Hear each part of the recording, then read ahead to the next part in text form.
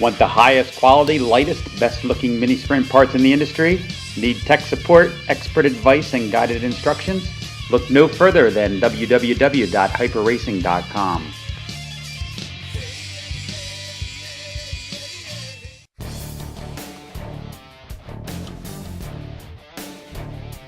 MPS Racing Engines, located in Ransomville, New York, has been the innovator in mini sprint, TQ, and superbike racing engines for 20 years.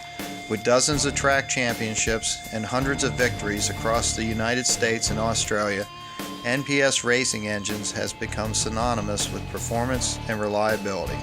So give Will a call at 888-570-4677 or visit NPS on the web at www.mpsracing.com. NPS, everything else is prey. Good evening and welcome to On the Scene. We are at the Greenwood Valley Action Track in Orangeville, PA for another night of fast-paced action in memory of Blaise Alexander. Unfortunately, Blaise was another driver that was taken from us too soon in a NASCAR accident in an ARCA race at Charlotte Motor Speedway. 47 of the 600 sprinters have rolled into the pits to shoot for one of the Twin 25 feature wins headlining the night. Bill Unglert, Hayden Miller, Sean Stoltz, Craig Fox, and Bobby Maynard took heat race wins. Tom Franchetta won the dash to earn the pole for tonight's main event. The fields were not yet locked up with the C&B mains remaining. Alex Bright won the C main in the Rich Glosser Racing number 70. The B main would have a great battle between Eddie Strada, the Hamlin champ, and a former Speed Week champ, Jeff Hartman. Hartman's year of misfortune would continue when he crashed out of the battle and out of a qualifying spot after contact with Strada.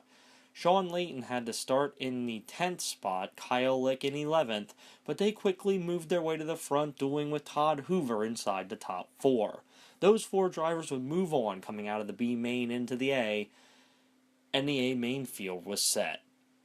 Franchetta rolls the field to the green flag, joined on row number 1 by Sean Stoltz. Stoltz would waste little time jumping up into the top spot.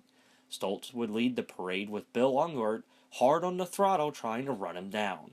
Unglert was sandwiched between 2 longtime Greenwood regulars as Shane Penny moved into the top 3.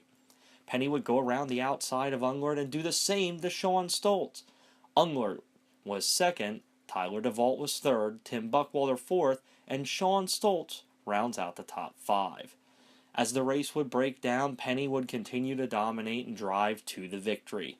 The win to Shane Penny as Buckwalter and Stoltz coming to the line with a great battle, Buckwalter just edging out Stoltz. Keep that one in your memory bank. Stoltz and Buckwalter would bring the field to the green flag in Twin 25 race number 2. The two would battle throughout the main event. Bill Unglert caught an infield tire nearing halfway in a battle with Eddie Strada. He would slide up out of the top 5 for the first time all night in the main events.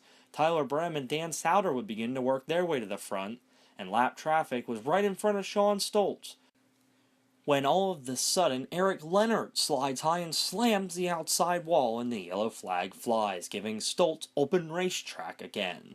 Off of the restart, Buckwalter pulls even with Stoltz, but Stoltz runs the high line in 3 and 4, pushing his RTS chassis for all it's worth to hold Buckwalter off. Buckwalter's left to fend off Tyler DeVault and Mike Rutherford. A nasty multi-car wreck slows the action nearing the end of the event.